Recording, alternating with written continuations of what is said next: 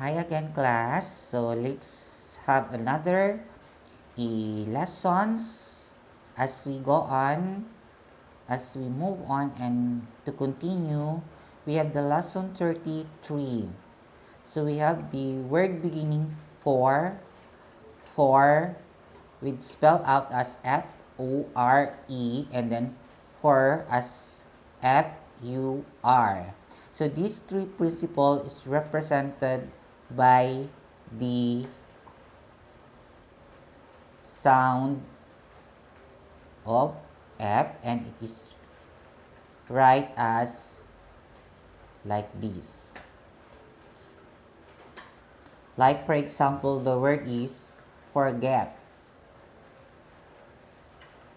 So you will write as F, then G E T, forget. Next, we have the word is for. For ever. So we have the forever. So let's have the F and then ever as intersected as the sounds. Further. So since it's represented the for as F, it is F then under it. Next, it is a go in phrase or a go in phrases. So a go in phrases is represented by your G or your G sounds. Like for example, the word is long time ago. So long time ago, it is your L, O, then your nang, then G. So ago, it represented by your G.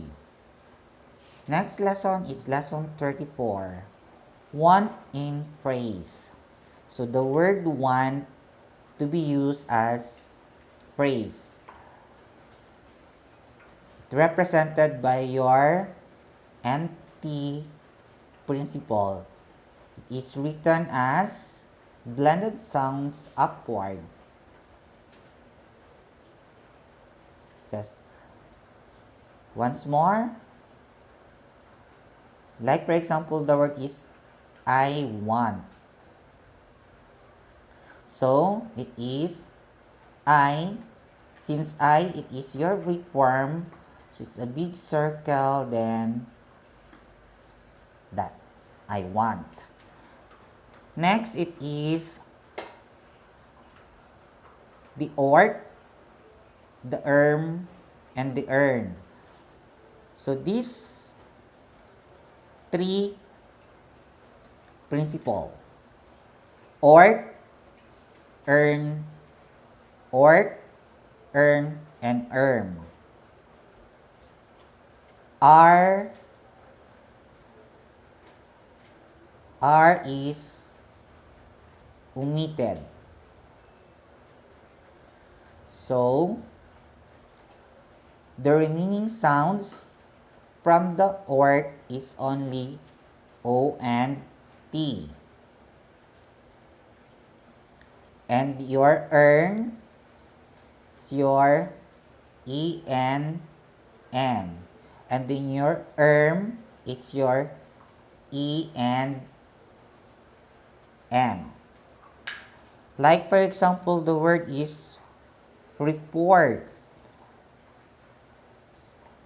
So there is a sound of ort. So as to the principles, R is omitted. So we will write as R P So as report, report. So once more, R-P-O-T. Next, the word is term. So R still is omitted, so only the remaining sound, it is your T, E, and M. So you will write as T, E, and your M. Next one is the word turn. So only the remaining sounds is your T, E, and N, because the U here in turn sounds as E, as to pronounce as earn. So turn, it's T-E-N. Next one, it is the MD and MT. These two principles, it is written as a blended sound combinations of the M and D or M and T into an upward size, which is full length. Okay. Full length. Okay. Remember, so we have your under it, your NT, and then your MD and your MT. So check the difference of these three principles. This is your it, NT, and then your MD or your MT. Like for example, the word is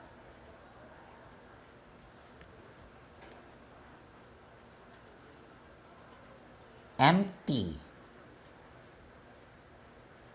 So we have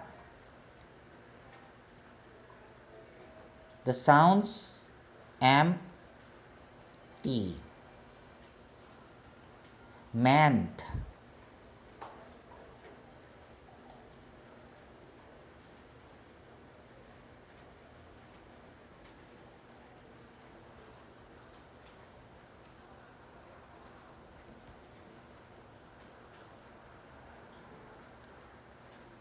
sorry class, it is named rather.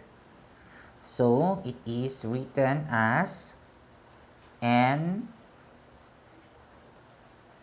A, then named. Another one is blamed. So it is B L E, and a longer size of MD and MT. Next is the lesson 35, which is enter, which is represented as INTER, and another one is entry, which is INTR, and then another also is the enter as ENTER, then another one is entry, we have ENTR. These four sounds or the word beginning sound is represented by your disjoint N. So when is disjoint N is written as small straight line.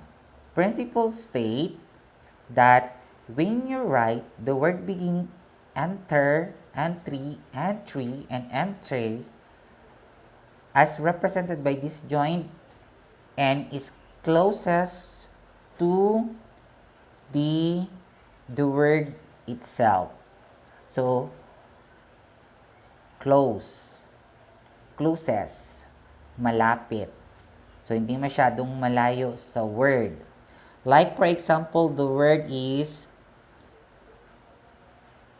interest.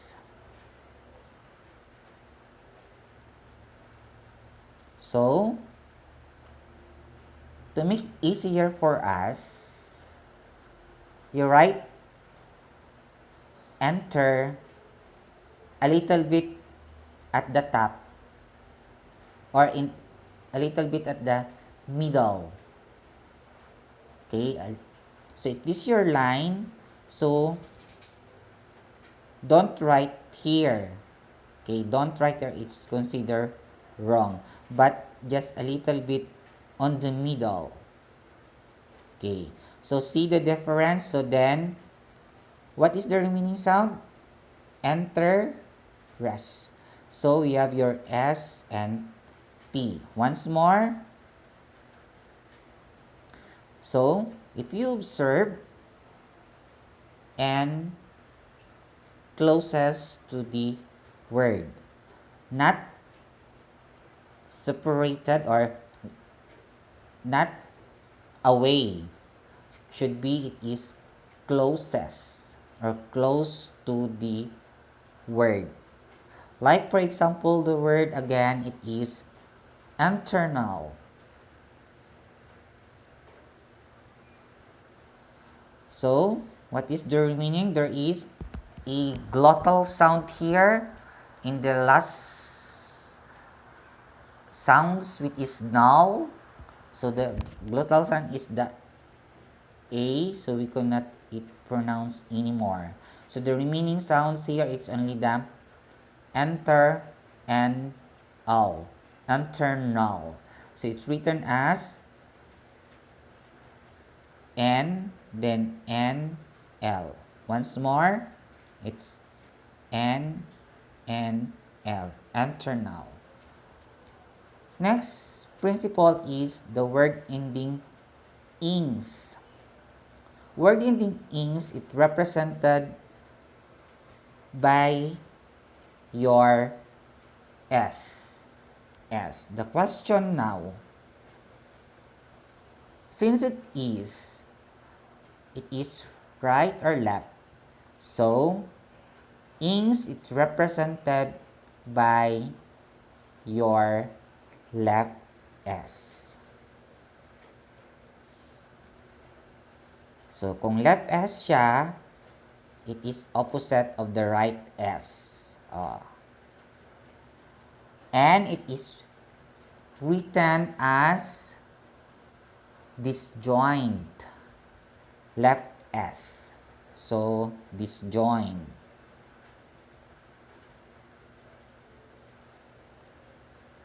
Left S. Like for example, the word is earnings. So there is a word beginning ing. So you will write here E, R, N, then S, earnings. Once more, E, R, N, then is, earnings. Next, another sample, it is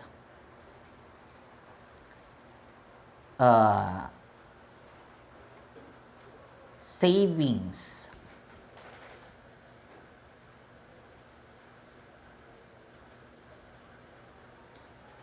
Saving, it is your right start from the top, S, A, V, then S. Once more, S, A, V, then your left S.